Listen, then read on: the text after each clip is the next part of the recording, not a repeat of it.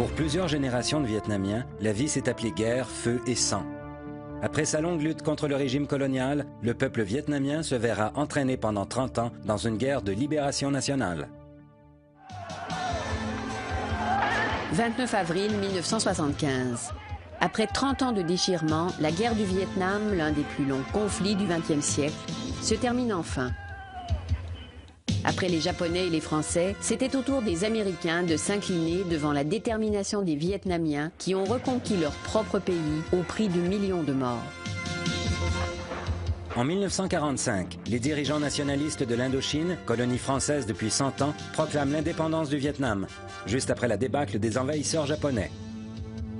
Paris refuse de reconnaître cette indépendance et tente de reconquérir sa colonie. Après 8 ans de combat, la France essuie son ultime échec en 1954 à Dien Bien Phu.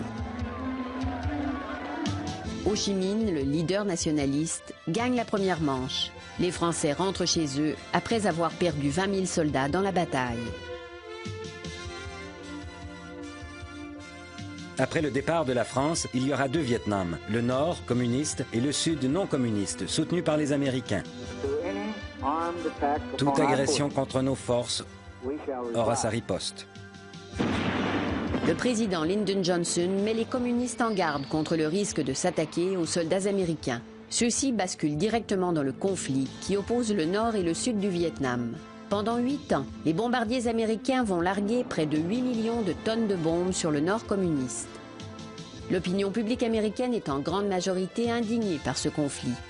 Malgré leur puissant arsenal, les Américains doivent baisser pavillon devant la résistance acharnée des combattants communistes.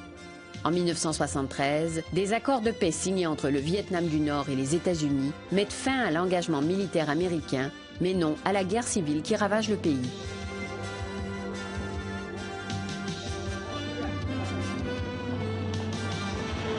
Deux ans plus tard, le 29 mai 1975, les troupes communistes font leur entrée dans Saigon, la capitale du Sud. Ils la rebaptiseront Ho Chi Minh-ville, en l'honneur du dirigeant nord-vietnamien, mort en 1968, sans avoir connu l'issue de la guerre.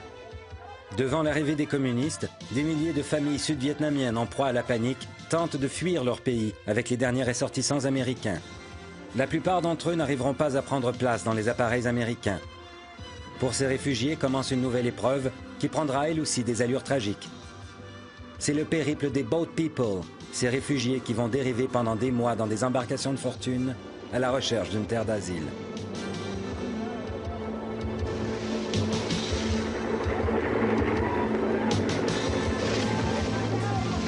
Après 15 ans de combat, 56 000 Américains sont morts au Vietnam, plus de 300 000 autres en sont revenus mutilés et handicapés à vie. De leur côté, les Vietnamiens ont perdu 2 millions d'hommes et de femmes dans la reconquête de leur propre pays. C'est ainsi que se termine la page la plus sombre de toute l'histoire américaine de ce XXe siècle.